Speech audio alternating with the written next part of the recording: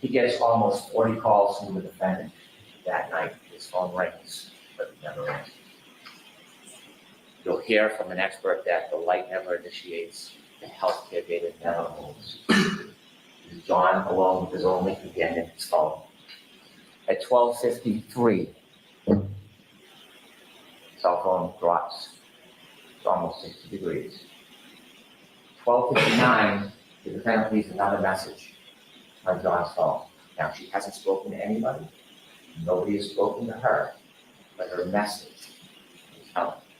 You'll learn the message says, John, nobody knows where you are. And this is where the plot in the cover-up begins. The evidence will make clear that she knew who was there.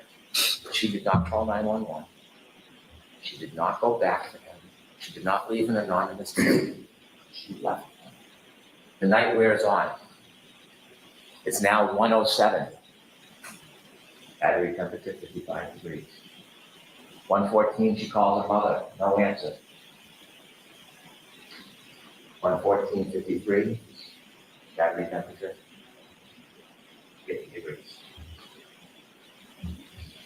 The defendant had healthcare data on her phone as well, and you'll hear that it stops around that time. And you later learn that she admits to falling asleep and passing out. But then she wakes. It's 5 o'clock. She is frantic. She wakes up. What's up, y'all? I'm a little bit late starting this. This is the prosecutor's opening statements, but it's going to get good when the defense gives their opening statements. This is that Karen Read murder trial. This is her second trial. They've already found her not guilty once, and then the judge declared a mistrial and making her go through this all over again. Even the courts are covering for the corrupt cops that framed her.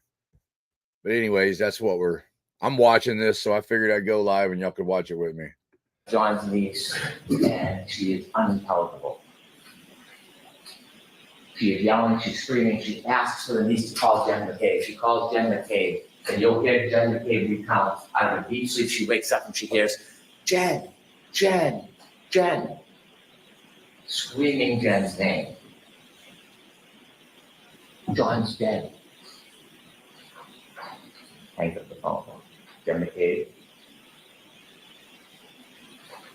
calls back. And then she says, what's going on? And she told, well, I left him at the waterfall. At the beginning of her. She told Jen McCabe, I left him at the waterfall. Jen calls back and says, you saw you up front. You did leave him at the waterfall. She hangs up. She then minutes later calls another person, Kerry Roberts, a friend of John O'Keefe. Someone who's not friends with the defendant, but they know because they helped raise the kids and they interacted. She had nothing to do with the night before, wasn't at the bars, was home with her family. She calls her and says, I think John got hit by a plow. I think he's dead. Now, Kerry, with that information, calls 911. She calls hospitals. You can hear her voice. She's concerned. Okay. And then she gets another call from the defendant. And she tells the defendant, come to my house. I will help you look for him. And the defendant says, I was so drunk last night, I don't remember anything. Waiting for her to arrive, she learns she doesn't arrive. Instead, the defendant goes to Jen McCabe's house. Kerry Roberts, the other friend, then goes to Jen McCabe's house, pulls behind the car. And when she does, she's on Bluetooth, and she can hear the defendant saying, my taillight's broken, my taillight's broken. And she looks, and the snow packed in the right taillight, she can see a piece of the taillight missing. The defendant desperately wants to go to 34th Fairview Road, but Kerry Roberts takes over and says, we're going to go back to John's house. Maybe he's in the house when you didn't see him. So both cars, driven by Kerry Roberts and then Jen McCabe, with the defendant, go back to John O'Keefe's house. You'll see a ring video where you see them go into the house and they look around, and you'll hear about the woman, Jen and Kerry, enlisted into this task. Look for John O'Keefe. They cannot find him. And then when Kerry Roberts comes into a room, she sees, rather than looking, the defendant simply standing there, staring at the wall. At that point, the defendant insists they got to go back to Fairview Road. They decide to take one car. Kerry Roberts is taking charge. She's going to drive. They leave Miss Reed's Lexus and John O'Keefe's driveway, and they drive back towards 34th Fairview Road. You'll hear it is blizzard-like conditions. It is dark. They can barely see a thing. And when they get close to the edge of 34 Fairview, you hear the defendant start to scream, "There he is!" Both women look and they can't see anything. She starts kicking the door. The defendant's kicking the door, "Let me out." Terry Roberts stops the car and lets her out, and she sees the defendant run exactly to where John O'Keefe is in the darkness. That's where she left him. Terry gets out of the car, starts to walk towards where the defendant is, and she sees the defendant lying on a body. She can't tell who it is because the face is still covered with snow. And she comes over and looks, and she wipes off the snow from John O'Keefe's face. She realizes it's one of her best friends in the world, is John O'Keefe. And she starts to try to do first aid. They start to move him, and coincidentally at 6:06, when they start to move him, the cold air hits that cell phone battery. It drops from 50 to 43 degrees. And they try, Jen McCabe calls 911. And that's when a police officer arrives, firefighter Nuttall and his crew. And when they lift him, that cell phone battery that is shut down to 37 degrees, Terry Roberts picks it up and puts it in her pocket, and it immediately starts to warm. As she moves to help get a data, showing movement starts again. At that point, nobody knows what happened. The Canton Police Department come. You can see the police cars and cruisers. They're not sure, so they look in the area where John's body is and find a glass from the bar in his body. They find blood spots. They try to put the blood spots in plastic containers. They don't know what they're looking for at this point. There's no information. They don't believe or know that there's a crime. They just know that John O'Keefe somehow ended up here with the broken glass and the blood. And so that morning, you can see the work of the Canton Police Department try to uncover a little bit around his body to see what they could find, which was very little. And then Terry Roberts goes and picks up Peggy O'Keefe, tells her the news, and they go to the hospital. They go to the Good Samaritan Hospital, and Terry Roberts is walking, and Peggy O'Keefe is going to go see her son, with her husband. And as she walks down the hall, Karen Reed is also in the hospital. See, there was some reports of maybe she was upset or suicidal, so they sectioned her. They put her in for evaluation to make sure she was safe. You'll hear Peggy O'Keefe tell her she walked down the hall to go see her son. The defendant was screaming, "Is he dead? Is he dead?" As she walked by Karen Reed, she stopped and she said, "Karen, what happened?" And you hear that Karen was excited and yelling, "Is he dead?" She stops her excitement. He puts stolen. Doesn't say a word. Peggy pays respects to her son, and then she has to go back home because she has to tell the children. Now, while she's out, the Canton Police Department sent an officer to the house to make sure the children are safe because they're alone if they're home. And when the officer pulls in, he doesn't notice anything, but you'll see on the dash cam video notices something. That tail light has a big missing piece to it. They can't find the children. Ultimately, Peggy comes home, a friend has taken them, and they bring the nephew home, and he is distraught. And then Peggy hears a knock on the door. It is the defendant and her father. They want to come in. They come in, no condolences to Peggy. And they ask, "Can we go upstairs to John's room?" And she's busy consoling her grandson. They go upstairs, they're upstairs for about 15 minutes. They come down, and quickly they leave. Now they got there from the defendant's father, drove his wife and the father to that house. But when they leave, they take two cars. They take the Lexus with the broken taillight with them back to the defendant's father's house. And you will learn that when police start getting some of the information, they learn about the broken taillight, they learn information that she had told people that she had hit him. They went down to see her. And on their way down, they decided they would get a warrant to take the Lexus. When they get down to Dighton, where the car is, you'll hear from Trooper Buchanan. He took a look and you can see the missing taillight. They went in and spoke briefly to the defendant. They took the car, they brought it back to Tampering. And so what you'll learn from the forensic evidence that will help with the science and data is that not only was the cell phone left behind, but also around that area, broken taillight was littered around John O'Keefe's body. Littered around that area. When they got into the hospital, they noticed there was a shoe missing. As time went by, snow melted, they dug the excavations, they found his shoe on a little berm on the border between the street and the grass. You'll learn days later when they did a plant excavation, they found his hat frozen into the ground. Ultimately, they would find over the course of 10 days that the snow melted almost every piece of that broken taillight in that area. His hat, the sneaker, the glass. When the defendant left Mr. O'Keefe behind, he took with her something of Mr. O'Keefe called trace evidence. You'll learn on the back of her Lexus, around the taillight area, is John's DNA, and stuck to the side, grasping one last piece of John O'Keefe's hair.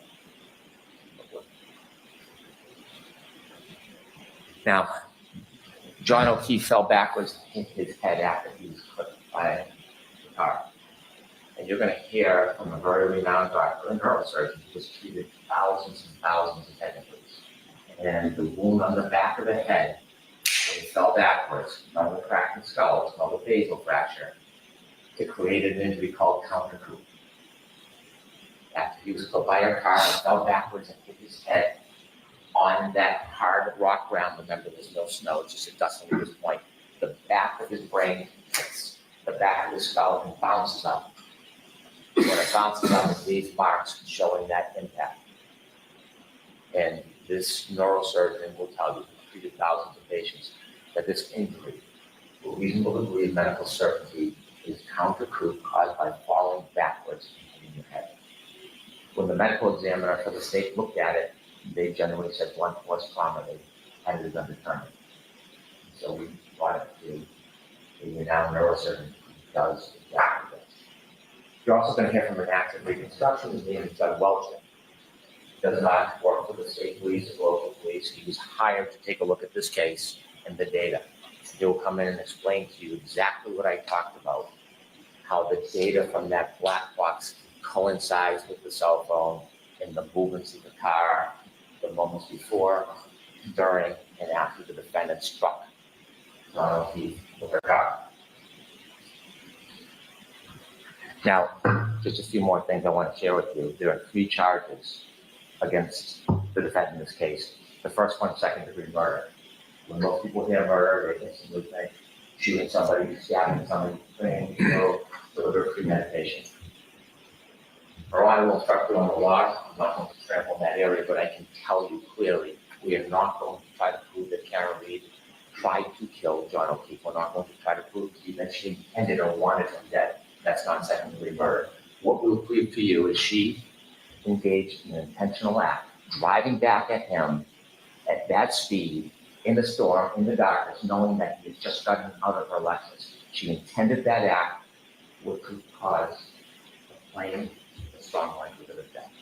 That's what will prove to you second-degree murder. Also, operating under the influence of alcohol, manslaughter will prove to you that she drove her Lexus recklessly. She hit John O'Keefe, and because she hit him and he fell back, she caused his death. The third charge is being seen act knowingly causing death. Again, she hit Mr. O'Keefe with a car. She knew he was injured. She left him behind. He died. That's what we'll prove. This case will come down to the science and the data. The science and the data, the cell phone, it is the best of historians. It doesn't suffer from intoxication. It doesn't suffer from memory loss. It doesn't suffer from emotion, pride, or prejudice. It is facts. It is data. And that facts and data will lead you to the truth in this case.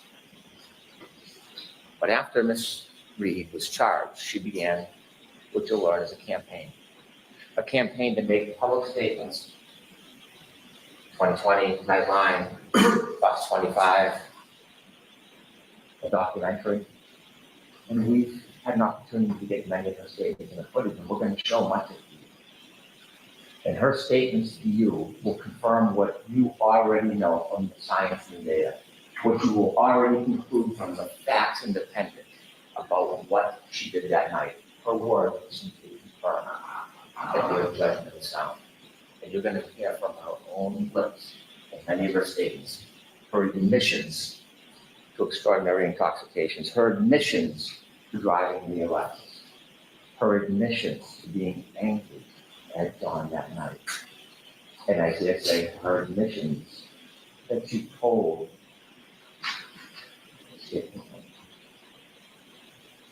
Like to play for you clip one. You're going to hear the first of the statements that she made after she was charged.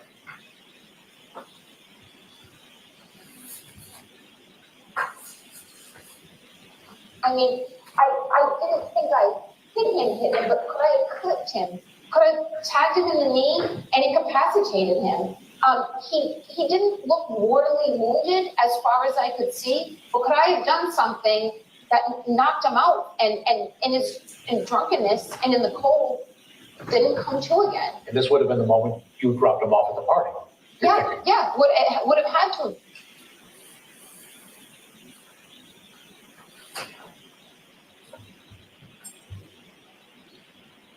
Ladies and gentlemen, I simply ask you to follow the evidence, follow the science, follow the data.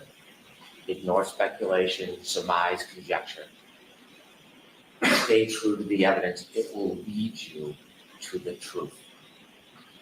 That on January 29th, 2022, a very intoxicated defendant was angry and arguing about the relationship with John O'Keefe.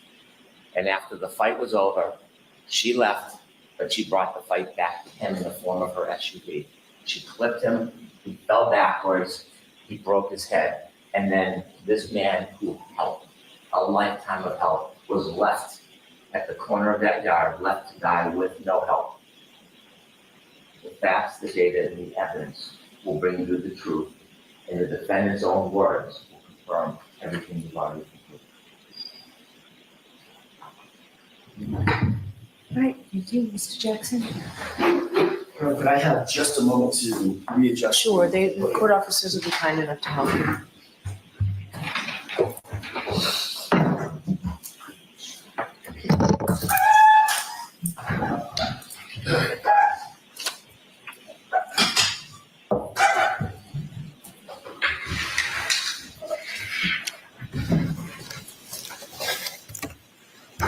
May I, Your Honor? The evidence in this case will establish above everything else 3 points. There was no collision with John O'Keefe. There was no collision. There was no collision. John O'Keefe did not die from being hit by a vehicle, period. The facts will show that. The evidence will show that. The data will show that. The science will show that. And the experts will tell you that. You'll learn that the Commonwealth has pinned its entire case on a brazen and a flawed assertion that is untethered, unconnected to the facts and to the evidence. And their assertion is contrary to science. Because at the end of the day, folks, there was no collision with John O'Keefe. So how did we end up here? How does Karen Read end up sitting in that chair on trial for something, for an event that literally never happened? Well, the evidence is going to explain it. And it can be summed up in the following text message at the very beginning of this investigation. A text message of a now fired Massachusetts State Police officer named Michael Proctor. He was the lead investigator on this case, and he was talking about a fellow officer, a fellow cop who owned the property where John O'Keefe's body was found. Text message with a buddy question, is the homeowner going to catch any shit? Answer, nope. He's a Boston cop too. That quote defines the lack of integrity of the Commonwealth's entire case, its entire investigation, and this prosecution. During the course of this trial, you'll learn much more about Mr. Proctor, why he said that, and what it really means. What you'll see and hear in this courtroom in the coming weeks is not just a story of a tragic loss. And make no mistake, John O'Keefe's death is and was a tragic and tragic loss. But the story you'll hear is about an investigation that was riddled with errors from the beginning, a rush to judgment, conflicted and corrupted from the start, corrupted by bias, corrupted by incompetence, and corrupted by deceit. Finally, it was corrupted by a deliberate effort to avoid and to cover up the very truth that you are seeking. You'll find when you hear the evidence that the Commonwealth's case is the literal definition of reasonable doubt. They won't be able to talk their way out of it. They won't be able to explain their way out of it. They won't be able to excuse their way out of it. And they can't meet their extreme burden of proof, which the court will tell you is beyond any and all reasonable doubt and to a moral certainty. Members of the jury, Karen Reed found John O'Keefe dead on the front lawn of a Boston police officer, Brian Albert, at 6 a.m. on January 29th, 2022. Picture the scene. Blood-curdling screams, ambulances, emergency lights on, fire engines, ladder trucks, paramedics, patrol vehicles, patrol cruisers, police officers, first responders, firefighters, all swarming all over Brian Albert's lawn, literally feet under his bedroom window. Yet Brian Albert, a sworn peace officer, a first responder himself, never came outside. Never went outside to see what the chaos was about, never went outside to see if he could assist a man in need, never walked outside his house to see if he could help a fallen fellow officer on his own front lawn.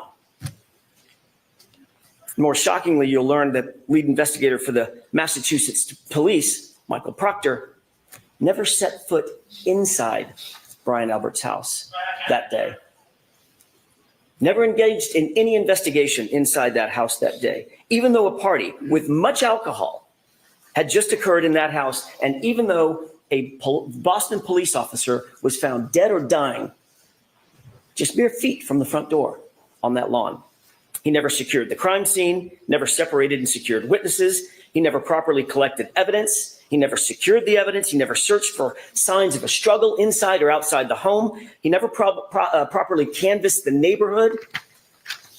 Michael Proctor never did any of these things, even though fellow officers of Michael Proctor's actually mentioned, in their words, not mine, that it looked like John O'Keefe may have been, quote, in a fight. You'll have questions about that conduct. During the course of this trial, you'll find that the Commonwealth will not have answers.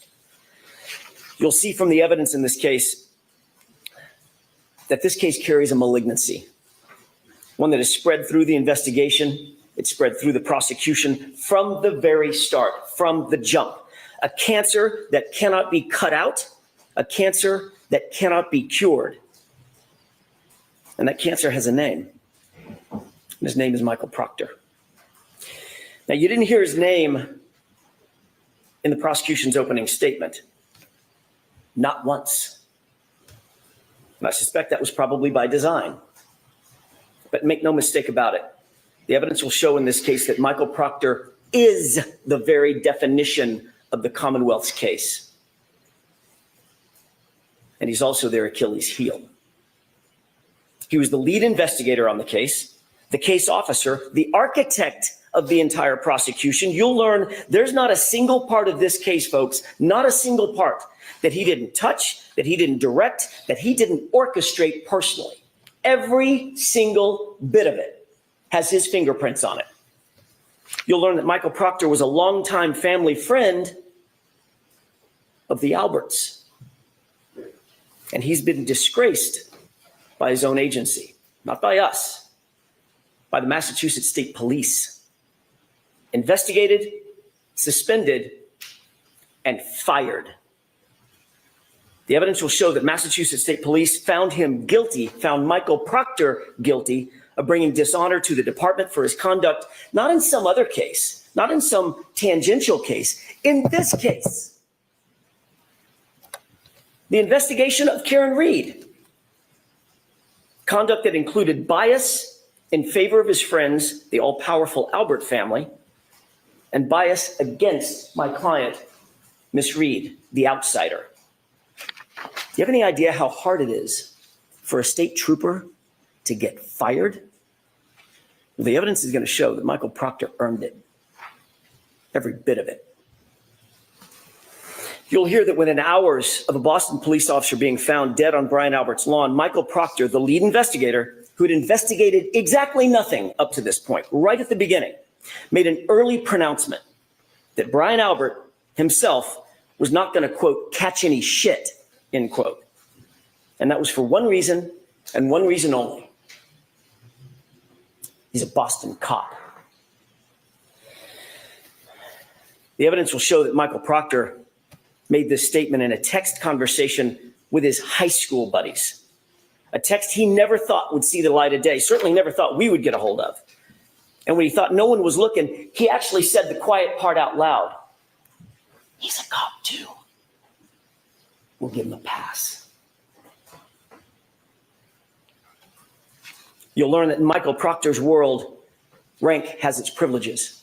And the evidence will show that's privileges that you don't get and I don't get. But apparently a Boston police officer, Brian Albert, and his friends, they do get. You'll learn that in Michael Proctor's world, he didn't care about finding the truth. In his world, his priority was to protect the brotherhood, to protect that blue wall, to protect his friends who were at the Alberts' house that night. I want to take a step back, if I could, and spend the next few minutes talking a little bit more detail about what the actual facts in this case will show, not based on speculation, not based on surmise, not based on guesswork or conjecture, but the actual true facts that you will learn through the course of this trial. On January 28th, 2022, it was a Friday night. John and Karen had made plans to meet up with friends for drinks. It was a happy and normal night for them. They were affectionate. They were loving. They were in good spirits. Nothing out of the ordinary. They started at a local watering hole called C.F. McCarthy's. You've heard that name before, and you'll hear it again. And eventually they made their way over to the Waterfall Bar and Grill, another bar where they ended up. When they got to the Waterfall Bar and Grill, the Albert family was already there, already heavily drinking. You'll learn that this was no ordinary family, the Alberts. The Albert family was a well-known Canton family. Some might even describe them as a very powerful Canton family. Brian Albert was there at the waterfall. You'll hear that he's a longtime Boston police officer. His wife, Nicole Albert, was there with him. His brother, Chris Albert, a powerful Canton politician. He sits on the select board. The select board actually governs the police department, the Canton PD. He was there. His wife, Julie Albert, was there. Their daughter, Caitlin Albert, was there. His sister-in-law, Jennifer McCabe, was there. Her husband, Matt McCabe, was also there. They were all there drinking before John and before Karen ever arrived. You'll learn that a man by the name of Brian Higgins, also a law enforcement officer and longtime friend, longtime pal of Brian Albert, he was also there. And the two of them, the two Bryans, had been drinking most of the night together. You'll see video footage from the waterfall, which will show you that Karen and John were happy. They were affectionate. They were caring. They were loving. Just business as usual, out on a date on a Friday night. But that exact same video footage which lead investigator Michael Proctor plainly chose to ignore that video footage. It paints a very different picture of Brian Higgins. You'll learn that Higgins had romantic designs for Karen. That becomes important. Brian Higgins had engaged Karen in flirtatious texts, but days earlier she had put a stop to it. She had ghosted him, in common parlance. In other words, just ignored him. The evidence will show that the first time he saw her and was in her presence after being rejected by her was when she walked into the Waterfall Bar and Grill along with her boyfriend, John O'Keefe. At 11:58 p.m., just minutes before John ultimately arrived at the Albert residence, you'll see a video at the Waterfall of an unsettling interaction, troubling interaction between Brian Higgins and John O'Keefe. And unlike the lead investigator, Michael Proctor, in this case, you won't ignore that evidence. As the bar was closing around 12 midnight, the Alberts invited everybody back to their house for a get-together to just keep the night going. And you'll learn that Karen and John ultimately pulled up to the house. They got out of the SUV to make sure they had the right address. You see, neither John nor Karen had ever been to 34 Fairview. They weren't even sure they were at the right address. And the evidence will establish that John got out of the SUV and went into the house. Let me say that again. The facts unequivocally, the data, the science, the witnesses will all unequivocally establish that John O'Keefe went into the Albert home that night. Eyewitnesses and forensic data will establish that fact. When he didn't come back out, you'll learn that Karen grew increasingly frustrated. She got upset. She was left alone in a car in the cold, in the middle of the night, with the car idling. John had gone into the house. She expected him to come right back out.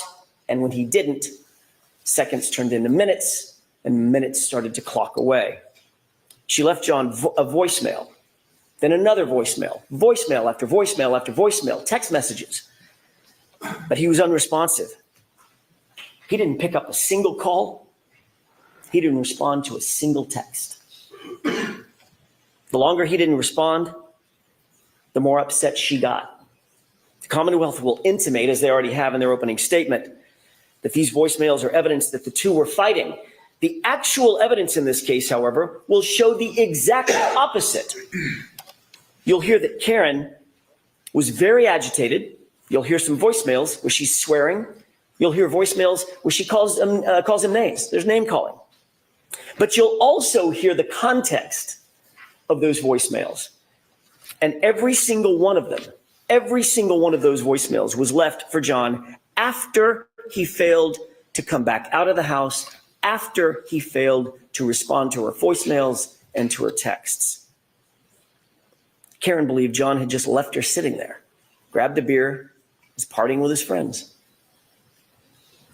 The evidence will actually show that John and Karen never had a crossword, not a single crossword that entire evening before he left that SUV and went inside the house. And you will learn what Karen had absolutely no way of knowing at the time. It wasn't that he wouldn't respond to her. It's that he couldn't respond to her. And the evidence will show you why. Let's talk about that. We'll introduce you to a doctor named Elizabeth Lopesada, a renowned forensic pathologist, a medical examiner, and a professor at Brown University. She will tell you that the injury to the back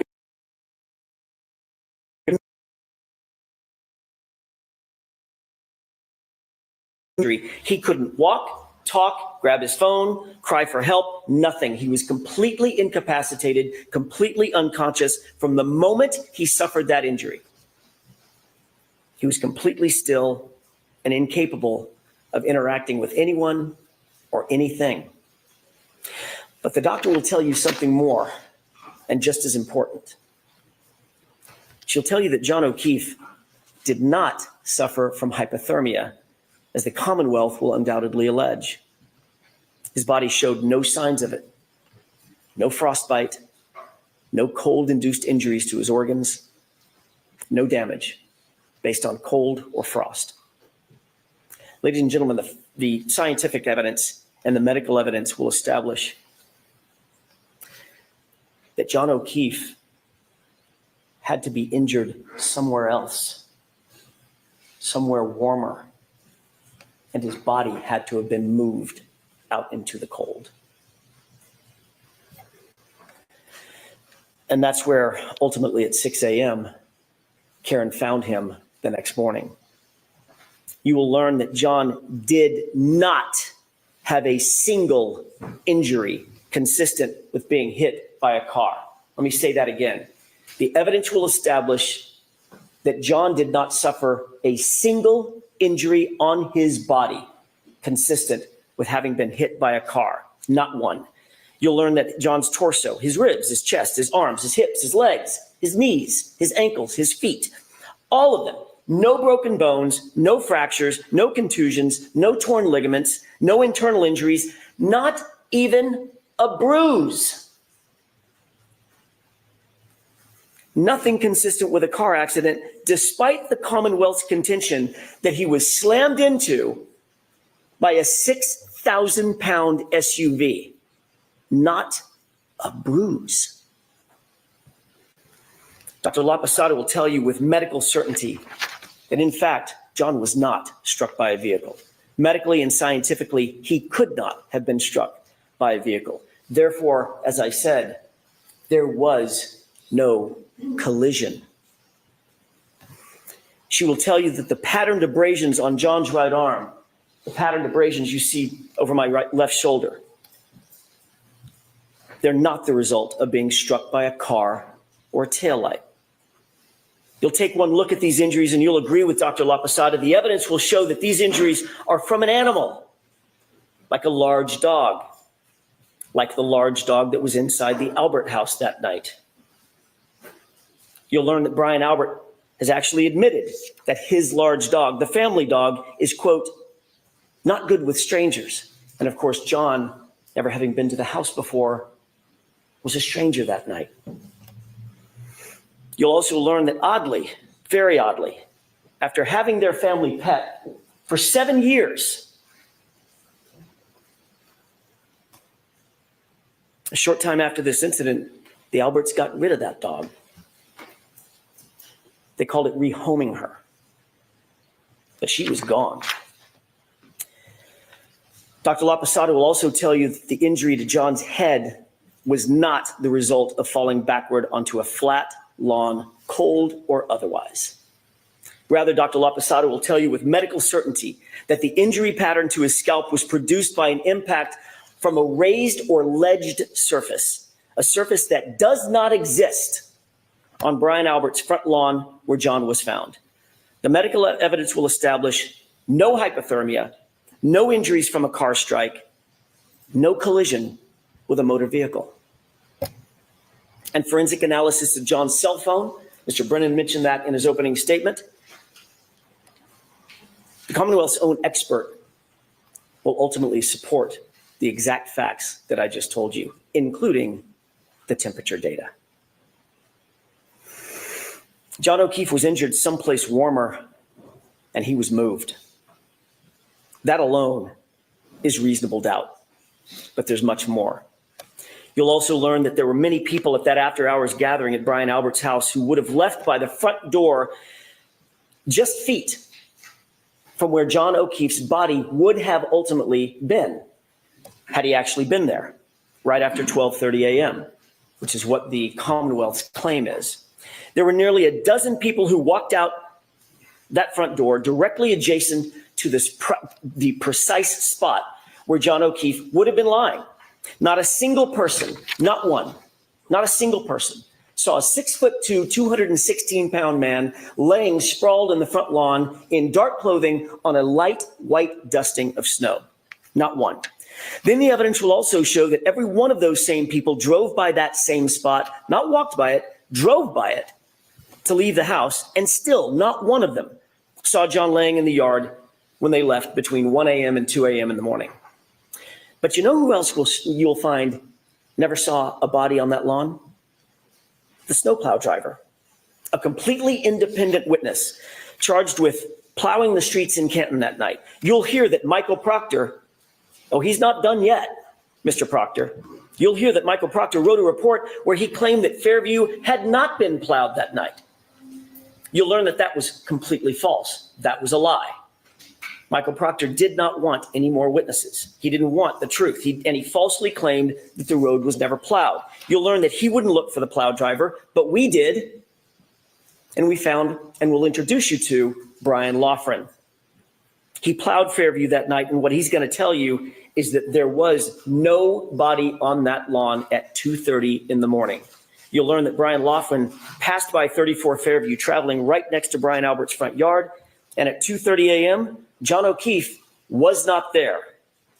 But you'll see that the plow driver also provides some other troubling information, troubling testimony for the Commonwealth. You'll learn that after making that pass at 2:30 a.m., he showed up with his plow an hour later. He stopped at the entrance of Fairview. He was looking up Fairview to decide whether or not to plow it, but he saw an obstruction. At 3:30 a.m., he looked down the street, and in the very spot precisely where Karen would later find John's body laying at 6 a.m., there was a car parked in front of it, a Ford Edge. You're going to ask yourself, who's moving a car at 3:30 in the morning into a blizzard on the side of the road? You'll learn that Michael Proctor, the lead investigator, intentionally ignored this fact as well. He did no investigation to find out who owned a Ford Edge, but again, we did. And the evidence will establish that Ford Edge happens to be a favorite model of the Albert family. More than one Albert owned a Ford Edge at the time. You'll learn that those facts will add to the mounting and the overwhelming evidence that there was no collision and John O'Keefe's body was moved onto that lawn. You'll find that this is yet additional reasonable doubt in the case. You'll be introduced to science and physics, even from the Commonwealth's own experts. That science will establish that Karen Read's SUV was not damaged by hitting a pedestrian, and conversely, John O'Keefe's injuries did not come from being struck by a vehicle. The Commonwealth mentioned triggering events, but what you'll actually learn from the experts, some of them the Commonwealth's own experts, is that a triggering event is not evidence of an accident. It does not evidence a collision. That's why we're here, a collision. And there's no evidence of one, zero.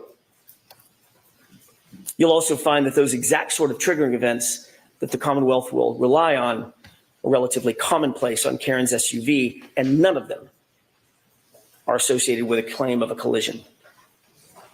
Folks, the science will not lie and the physics cannot lie. And that science will tell you with certainty there was no collision with John O'Keefe. You'll add that to that rising mountain of reasonable doubt.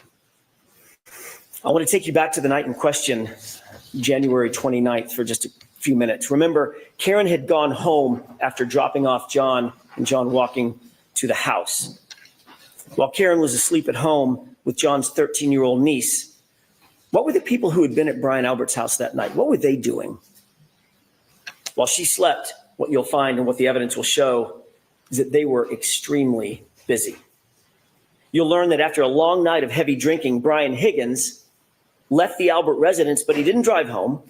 Rather, he drove over to the Canton Police Department, where he kept an office at about 1:25 a.m. Not a Canton police officer, but he kept an office there. Why go back to his office at 1:25 a.m.? Why go back to the Canton Police Department at 1:25 in the morning on the night of a blizzard? You'll learn that while there, Higgins made a call at 1:30 a.m. Higgins will later deny that he made that call. You'll find that curious. And his explanation for that late night visit to Canton PD, you'll find that it changes nearly every time he's asked about it. You'll learn that after everyone left Brian Albert's house, Brian Albert actually claimed he had no contact with anybody else except his wife. No contact. Until he woke up the next morning. So he says. Then you'll learn that that too is a complete lie. His phone records establish that he placed a call to none other than Brian Higgins at 2:22 a.m. shortly after Higgins completed that late night visit over to Canton PD. You'll wonder, What did they possibly need to talk about at 2:22 a.m. that night? The evidence will establish that Brian Albert called Brian Higgins first. Brian Albert then disconnected that call when Higgins didn't answer it. Seconds later, Brian Higgins returned the call. Brian Albert then did answer that call. They spoke for 22 full seconds, had a conversation, then they both hung up their respective phones. You'll learn that when they were asked about these calls and conversations, both Brian Albert and Brian Higgins lied about it. Both of them. They said they never had a call with each other. But then ultimately, when they were confronted with their own cell phone records and they could no longer deny the calls, they were asked independently, explain yourself. And they both came up with the exact same explanation: a butt dial. The evidence will make you question, why did Albert and Higgins speak at 2:22 a.m.? And why did they both try to cover up that phone call? You'll also learn after this incident, and within days of one another, both Brian Higgins and Brian Albert, both police officers, both trained investigators,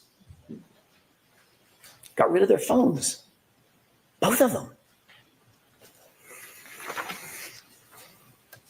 And what else you'll learn Brian Albert got rid of?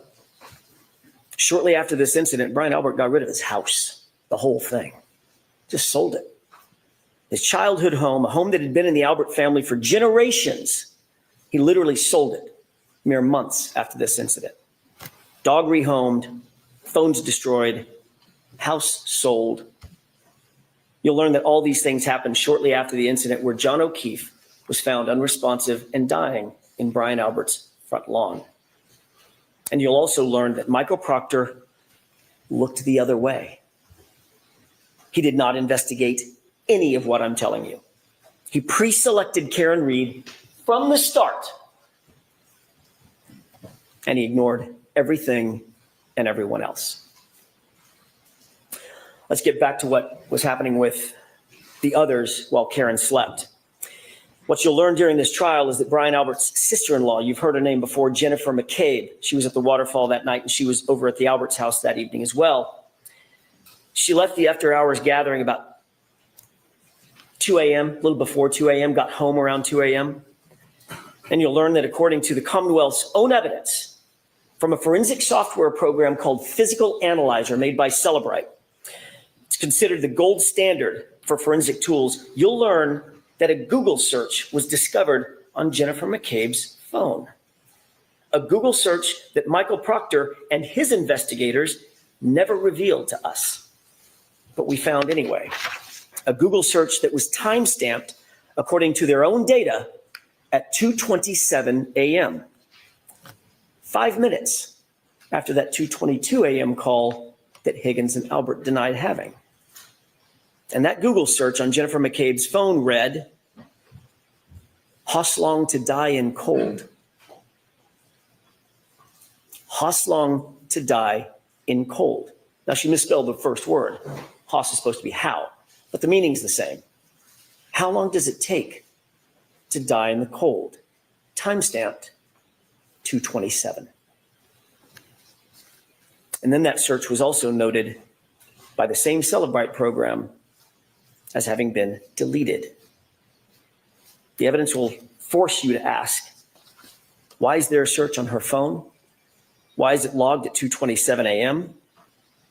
When the Commonwealth claims that she first learned of John's death and where his body was hours later at 6 a.m. So what you'll learn is that while Karen slept, here's what was actually happening by some other very busy bees. 1:25 a.m., Brian Higgins makes an unexpected visit to Canton PD. 1:30 a.m., he makes a phone call that he later denies ever making. At 2:22 a.m., Brian Higgins and Brian Albert talk. They both deny and lie about having made that phone call. 2:27 a.m., 5 minutes later, a Google search appears on Jennifer McCabe's phone, Hoslong to die in cold, hours before John's body was ever discovered. A Google search she denies making, and that she later, or at least it was later logged as deleted. Meanwhile, at 2:30 a.m., the plow driver confirms that O'Keefe's body was not on the lawn of Brian Albert's house, not at 2:30 in the morning. And at 3:30 in the morning, that area was obstructed by a Ford Edge like the one the Albert family liked to own. The evidence will show in the meantime, Karen dozed in and out of a fitful sleep for the rest of the night, only to awaken just before 5 a.m. And that's when she realized in a panic, John had never come home. And you'll see, it wasn't like John to not come home. That morning, you'll see and hear evidence that Karen's emotions had morphed. It'd gone from frustration and anger, which you'll hear in the voicemails, to abject fear. Fear that something bad had happened. The evidence will establish by this time, Karen was panic-stricken. She had a feeling something was very, very wrong. She was unable to get a hold of John. Karen went to go look for him. She got in her Lexus and she backed up to leave her garage at One Meadows. You'll hear a lot about that address, One Meadows. That was John's house where Karen was staying. She backed out of the garage, and during the course of the trial, you'll hear that she actually struck another car with that right rear taillight. During the course of this trial, the Commonwealth is going to desperately claim that Karen Read's taillight was actually damaged by hitting John O'Keefe. They'll have no evidence of it, mind you, none, but they'll make the claim. We'll show you a video of exactly how that taillight was originally damaged, or exactly what happened at 5:07 in the morning. The facts will show that it was damaged in John's own driveway at 5:07 when Karen backed up and made contact with another car in the driveway. This is 5 hours after she dropped John off and he went into the Albert residence. As a result, the taillight was minimally cracked, but it wasn't completely shattered or damaged or broken. And that's the condition of the SUV when Michael Proctor got a hold of it. That becomes important. You'll hear from an independent police officer, an eyewitness to the damage on that SUV, someone not connected to Michael Proctor or under his control. And he'll tell you that he saw the taillight damaged before it was in Michael Proctor's possession, but it was not completely shattered. And you won't have to speculate how that taillight got cracked originally. You'll see it for yourself. It's on video. You'll learn that part of the reason that Karen's Lexus hit that car at One Meadows is because she backed out looking for him at a time when she was absolutely panic-stricken and grief-stricken. Where was John? Why hadn't he come home? What had happened to him? Is he hurt? Is he passed out somewhere? Her mind was reeling. The evidence will establish she wasn't giving anything away. Everything was on the table. What could have happened to John? You'll learn that when she woke up and he still wasn't home, she was just racking her brain for what could have happened to him. And she was worried about possibly the worst. He had gotten out of the car. He'd walked to the house. She was confused. And later, when she found him at 6 a.m. on the lawn, where she last saw him going toward the house, her mind started reeling, oh my God, did a plow hit him? Did I hit him? Could I have hit him? What could have happened to him? And that video clip that you saw, out of context, when she said the words, he did not look like he was mortally wounded, she's not talking about at midnight. She's talking about at 6 a.m. when she found him. That's what she was talking about. Your job will be to make sure that the evidence isn't presented to you too cute by half. She was saying all those things. Did a plow hit him? Could I have hit him? Did I hit him? She was saying that to herself and to other people. And the Commonwealth, very obviously, will try to seize on that panic and twist this into some admission. But here's the actual truth. That's not a confession. Could I have hit him? Did I hit him? Could a plow have hit him? That's a person trying to make sense of an unexplainable circumstance, a natural concern of a bereaved significant other, a woman desperately trying to piece together what could have happened on this tragic night. John didn't come home. And the evidence will show that Karen Read never said, I hit him. Never. Not in the background of the 911 recording, not on any dash cam video, not on any audio, not on any police body cam, not to a first responder. It's never mentioned in a single report. It's never reported in a single report from January 29th, not by one person, because it never happened. The evidence will show that there were at least 13 members of law enforcement or first responders, and 2 civilian witnesses that were intently focused on what was happening at that scene. They were all over the lawn. They were all over Karen.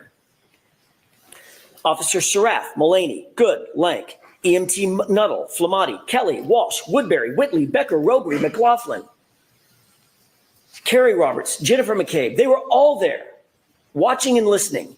On January 29th, when John O'Keefe was found, not one first responder reported having heard Karen Read say the words, "I hit him." Not one. Not one civilian reported having heard Karen Read say, "I hit him." The facts will show that the first time this improved statement was ever claimed to have been made was some 24 hours later by a single EMT in an interview. Now listen to this. In an interview coordinated by a Canton police detective named Kevin Albert,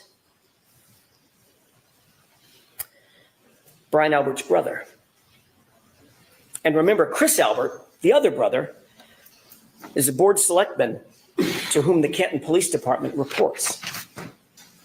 And what's more, you'll learn that Katie McLaughlin, that's the EMT, that's the single EMT, the first person to have claimed to have heard this unrecorded and unreported statement, is years long close personal friends with a young woman named Caitlin Albert. You heard that right. It's Brian Albert's daughter. During the course of this trial, you'll become familiar with and you'll realize that the Alberts are indeed a powerful and indeed an influential family. And that will mean something. You'll learn that there are other major problems with the prosecution's case. The evidence will establish that Michael Proctor himself, the lead investigator and architect of this entire case, has a long-standing and personal relationship with the Albert family. Yes, that same Albert family. His sister was close friends with Julie Albert. He personally sat at head tables at weddings, or at a head table at weddings with the Albert family. He entrusted the Alberts with babysitting his own children. You heard that correctly. And yet he was the lead detective assigned to investigate the circumstances of a Boston police officer laying dead on the Alberts' front lawn. That's not just bias, you'll learn. That's not just coincidence. That, folks, is corruption. And you'll see how far it went. Michael Proctor was alone with all the critical evidence in this case, alone with Karen Read's phone, alone with John's phone, alone with video footage, alone with the taillight material, alone when he claimed to recover evidence from 34 Fairview. He wrote the search warrants. He transported the evidence. He secured it. He submitted it. He did it all. That's Michael Proctor. And he did it without any reasonable oversight. You'll see during the trial that he intentionally lied and fabricated evidence during the course of this investigation. He lied in reports, warrants, he lied under oath. He lied about the time that he actually secured Karen Read's vehicle. Why? Why would he lie about that? The evidence will give you the answer. He lied because he did not want it revealed that he had access to that vehicle and he had access to that taillight before any taillight fragments were found at 34 Fairview. Appreciate that. He had access to the vehicle before a single piece of taillight material was ever found at the scene. You'll find that there were 2 searches. The first and second search found 0, nothing. Nothing around John's body, nothing in the street, not one piece of taillight fragment.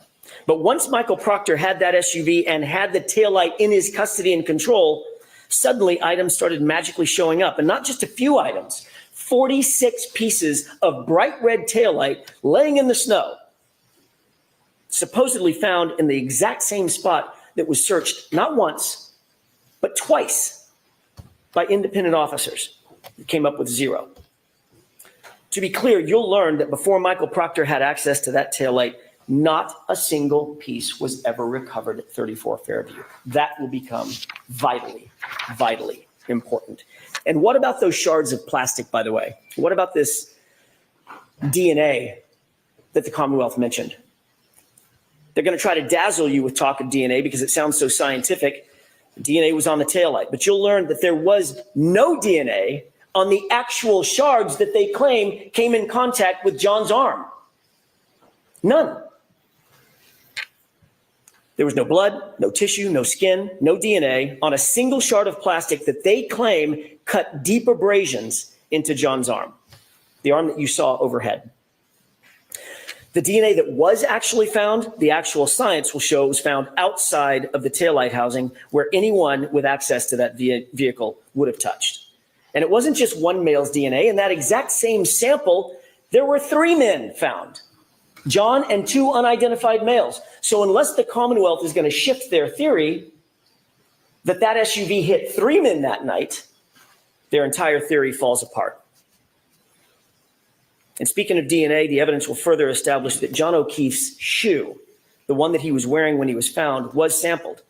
And that DNA revealed 5, count them, 5 unidentified males. Recall that the evidence will establish independently that John was injured someplace warmer and had to be moved onto that lawn. 5 unidentified males touching that shoe. You'll also learn that you are not the first person, not the first to hear about the Commonwealth's theory of this case, that John was hit by an SUV. That's their theory. The Commonwealth presented this exact same claim to their own medical examiner, a woman by the name of Dr. Irini Scorti-Bello. And you'll learn that after reviewing what's called a law enforcement accident notifier, with law enforcement's theory of the collision written in it, defined in it, after conducting the autopsy herself, after examining John's injuries in detail, she refused to conclude that John's death was a homicide based on the Commonwealth's presentation and their theory. That's right. The Commonwealth's own medical examiner will not deem the manner of death in this case, a homicide. She won't do it. But they're nonetheless back again trying to present the exact same theory to you in this trial. Again, the evidence will show that that is reasonable doubt. Throughout this trial, the Commonwealth will try to convince you of paranormal events, phones calling themselves, messages deleting themselves, Google searches made and then unmade, evidence magically appearing and evidence magically disappearing. But all that smoke and all those mirrors will not ever reach their burden. Because that's what this case is ultimately about. It's about the Commonwealth's burden proof. You'll learn that during the trial, the Commonwealth bears the highest burden known to our justice system. They must prove every element of every charge beyond a reasonable doubt and to a moral certainty. And you'll learn that moral certainty means the highest level of certainty known in human affairs. It's not a small thing. They're not going to be able to do that. Not when every piece of this case was handled by a disgraced investigator with a motive to protect his friends, not when the physical evidence contradicts their very theory, not when their own medical examiner won't call this case a homicide based on the exact theory that they're presenting to you, not when the conduct of those in the House and the utter lack of investigation speaks volumes about those who actually have something to hide. By the end of this trial, you'll conclude that Karen Read is not guilty of hitting John O'Keefe with her SUV. There was no collision. She's the victim of a botched and biased and corrupted investigation that was never about the truth, folks. It was about preserving loyalty. You'll find that this case is the very definition of reasonable doubt. And at the end of this trial, we'll ask you to return the only verdicts, all 3 of them, that are consistent with the evidence, the science, the truth, and justice. Not guilty, not guilty, not guilty. Thank you. Thank you, Mr. Jackson. Folks, why don't we take our morning recess?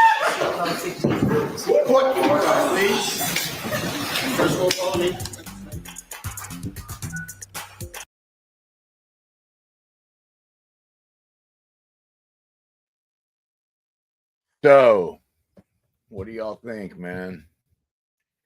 I'm not going to try to do any kind of legal analysis because, for one, I'm not a lawyer. But hey, Maury, appreciate the 50 memberships as always. Really appreciate that. You don't have to do that to hang out, but you feel compelled, you go for it, buddy. I appreciate it. Yeah, it's pretty obvious that the cops framed her, but what's really mind-blowing to me is that, I mean, it's pretty obvious they framed her. I mean, looking at his arms, those are obviously an animal attack. They're trying to say that the tail light hit him there and exploded and put all those deep bite marks and abrasions in his arm. It's just ridiculous. And I noticed one person said, well, it looks like road rash, like his arm scraped against the road. Well, the prosecution's theory is that when she backed into him and hit him, that it knocked him like, I can't remember the exact amount of feet, but he flew into the air and landed in the grass, hit his head on the curb and then landed in the grass. So according to their own theory, he wasn't dragged in the street.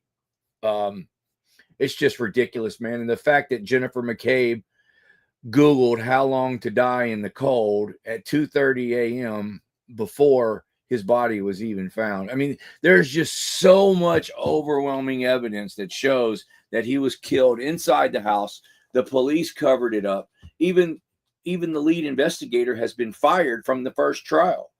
And jury members from the first trial have came out publicly and said that they all reached a unanimous verdict on the murder charge, that he was not, their verdict was not guilty.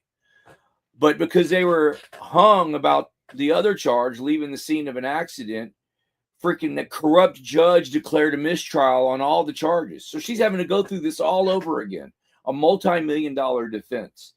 What's mind-blowing to me is that this system, which means the prosecutor's office and the courts and the judge, are all trying to cover for these cops and frame this innocent woman. All of them are involved. It's not just the police department. It's the judge, the prosecutor's office.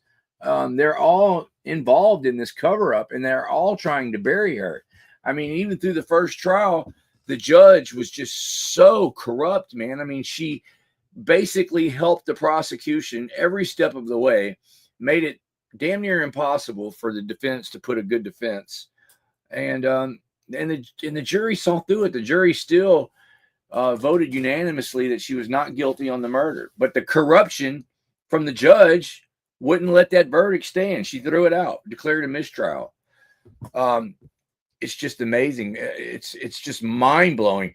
These people, the Alberts, the one that owned the house where John was killed in, they must be really powerful people to have the DA's office and the judge all be complicit to cover up what the police did. And yeah, they're all complicit. So it just goes to show you how it's just mind-blowing that the prosecutor's office and the judges want to protect the cops' reputation that bad. They don't want the people to doubt the police. Yeah. So everybody said, I did not know that Bao was there. I did not know that Bao got arrested there. Somebody sent me the video. Let's take a look at it. If I can, let's take a look at this Bao arrest. Why don't we?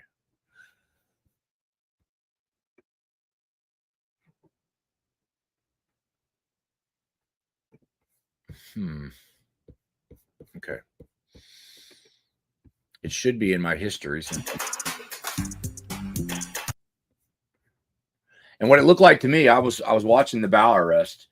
The cops told him to move because they put up a buffer zone because people, like hundreds and hundreds of people, were showing up at the last trial, all protesting free Karen Read. And the judge and the court are so corrupt that they didn't want those people protesting outside. So they put a buffer zone, like it goes like a mile around the damn courthouse. No protesters are allowed.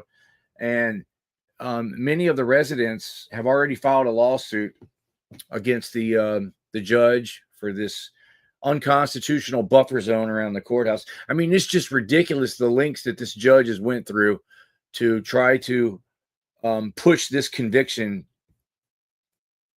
down the pipe, man. Let's see if this is going to be in my history here.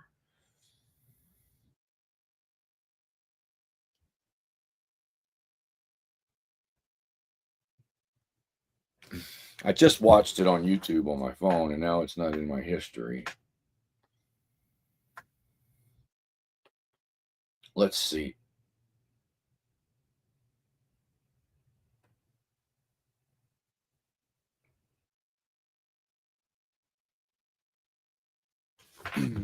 Let's hit refresh. See if it shows up in my history. Okay, you know what it is? I'm on my backup channel here. Let me switch channels.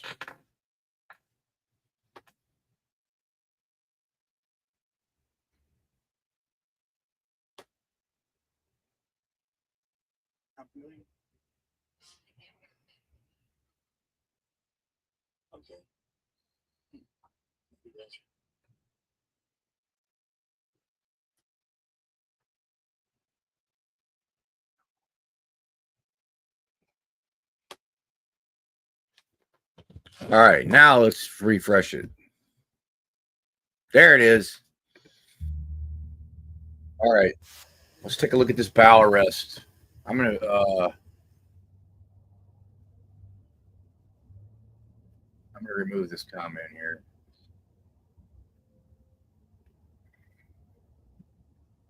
Okay.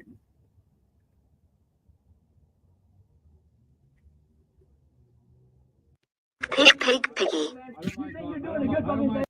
So that's what I saw. They told him to move, and he was moving, but he had that chat box going. And I think that chat box set the cop off.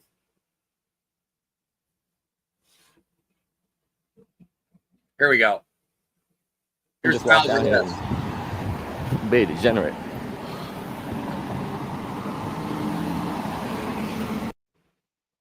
Can you tell me what's going on? Here we go. Hey, can you tell me what's going on? I'll comply with you. I just don't know what's going on. I just got here. Yeah. Case going on. Yeah. We got the defense and the prosecution coming, right? So time, place, restrict. We can restrict the area, Yeah. right? I just got here. I don't know what's going on. It is moron cop. Time, place restriction. We're gonna make you move. Just look at his goofy looking face. He has no idea what he's talking about. He's just following orders, like acting like he knows something about the law. Time, place restriction on the First Amendment. That's a Massachusetts State Police. He's the one. That's the police department that is involved in this cover up and framing Karen Read.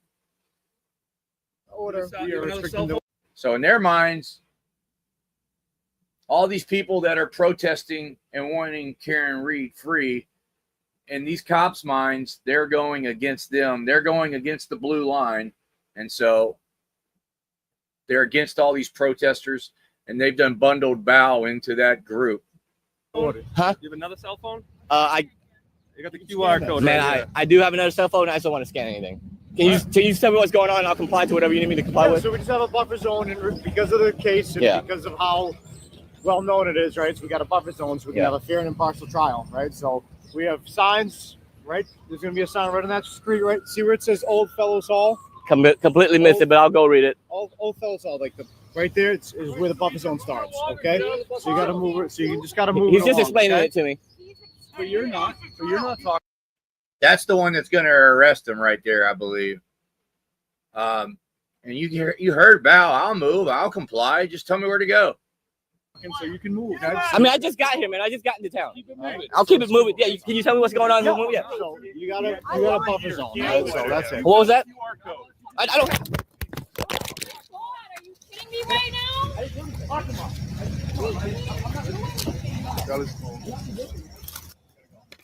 Just keep it moving. I'm recording still. Luciano, take his property. The first time I watched it, I thought maybe the chat box set the cop off, but I didn't even hear anything come out of his chat box. He just violently attacked Bow for no reason. I'm leaving, man.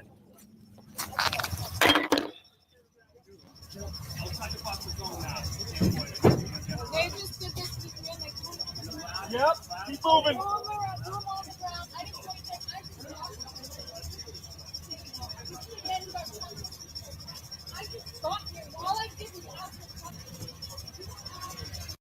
So my first thought on this Bow arrest is that Josh, accountability for all.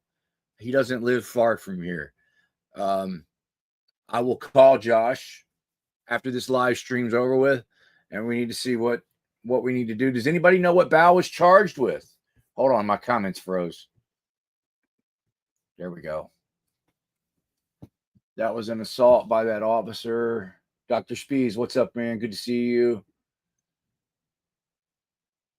Whether you like or hate Bow, that was unlawful. I agree.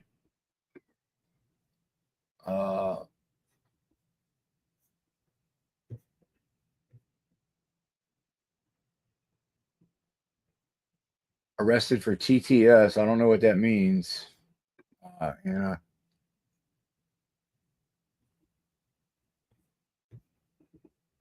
Free Bow. Does anybody know what he was charged with? He was charged with not breaking the law. Contempt of cop. Yeah. That buffer zone is unconstitutional. Like I said, there's already been about 3 lawsuits filed on that judge for setting up that buffer zone around that courthouse. It's just another dirty trick that they're using to try to railroad this woman. Let's see if we can hear anything.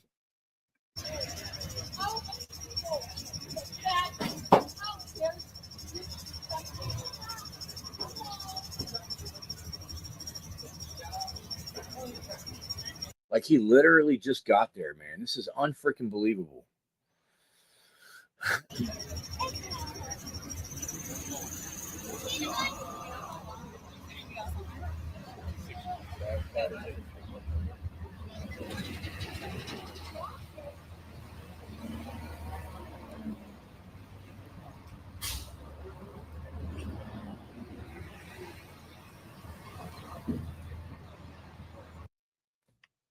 Let's call Josh.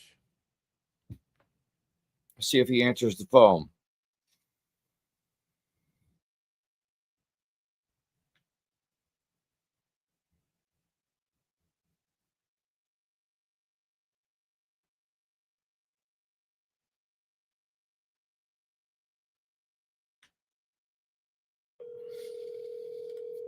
Let's see what Josh says, if he answers.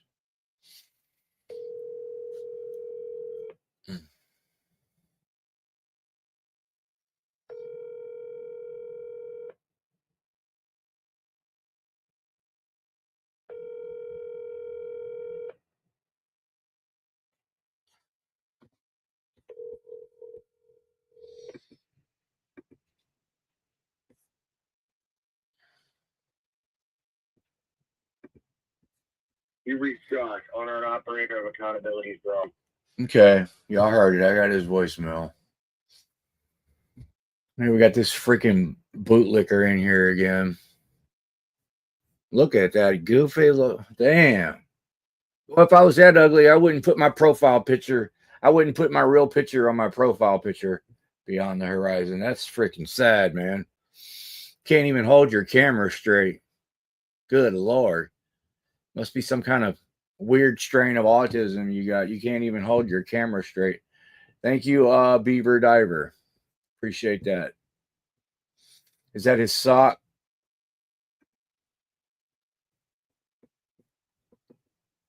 Yeah. He's got a bunch of socks. I don't know if Beyond the Horizon is one of them. But yeah, Lowry already sent me a message early this morning. He says, do you want my routing number for a direct deposit? If you want me to come on your show and have a discussion, he wants $7,500, yo. That's what he, yeah. And then he says, He says, you got to pay me $7,500 so I can make you more famous, he said. What a dumbass, man. I'm the one that's made him famous. Freaking loser.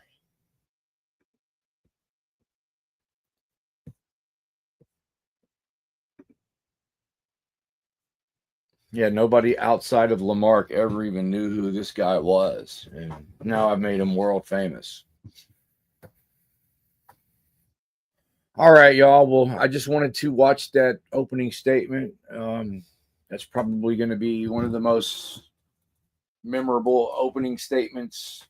You know, it's going to be up there with the Johnny Depp and OJ trial. I mean, this is a big trial, man. I just can't believe, man, that they will prosecute a woman with all this evidence, man. I mean, they just don't care, man. It just goes to show you they just don't care. They are liars, and they will lie your ass all the way to the prison. And it's just mind-blowing to me. It is just absolutely mind-blowing. So I was really wishing that somebody would put that Karen Link Defense Fund link in the chat, in case anybody wanted to donate to that. It's a multi-million-dollar defense. But we'll try to do that on the next one. I'm not gonna, a lot of channels are live streaming every day of this court. I'm not gonna do that. I might live stream some of the most significant days, like when they have the real murderers on the stand being cross-examined, like Brian Albert and Brian Higgins and Jennifer McCabe. I might live stream those really important days, but it's not going to be an everyday thing here on this channel. So just go ahead and let y'all know that I am not a legal analysis, and a lot of I've seen that comment a lot today. Colin did it. It's very, yeah. I think all of them did it, man. I think when they brought him in, they got him down in the basement, and I think Brian Higgins is the one that started it, because he's the one that invited him there, because he was trying to steal his woman. He was trying to hook up with Karen Read. So I think Higgins started it, and then Colin, being the little punk thug that he is, he immediately jumped in. And yeah, I think between Brian Higgins and Colin and the dog, yeah. And then the rest of them all were involved in the cover-up. This case is about abject corruption. All of them unalived him in the basement. Yeah, absolutely. I mean, it's just mind-blowing that you find a dead body in the front yard. I mean, and the investigators never even went and knocked on the door. They never even went and looked inside that house. And here's what's even crazier, y'all. Okay, you got a house full of police officers, okay? Their job is to be aware of their surroundings, and if they see something, you know, they're supposed to be first responders and go and help. Okay, the morning after his body was found, you got all these police and ambulances in your front yard. There's a dead body in your front yard, and not one police officer there was only one cop in the house, Brian Albert. It was his home, but he never even came outside to ask what was going on. You tell me that ain't crazy. And here's another thing that doesn't make any sense. It's a red flag. This guy is a Boston police officer. He died in your front yard. He's supposed to be your friend, and they didn't even go to his funeral. None of them that were in that house went to his funeral. None of them. And if I remember right, they actually traveled to New York to go to some other cop's funeral that they never even met or knew. It's just, the red flags are everywhere, man. It's just absolutely disgusting that our system will defend filth like this, man. The blue line filth. All right, you guys, I'm going to get out of here. Appreciate everybody hanging out and watching. We're going to end it right here. Free Karen Read. See y'all later.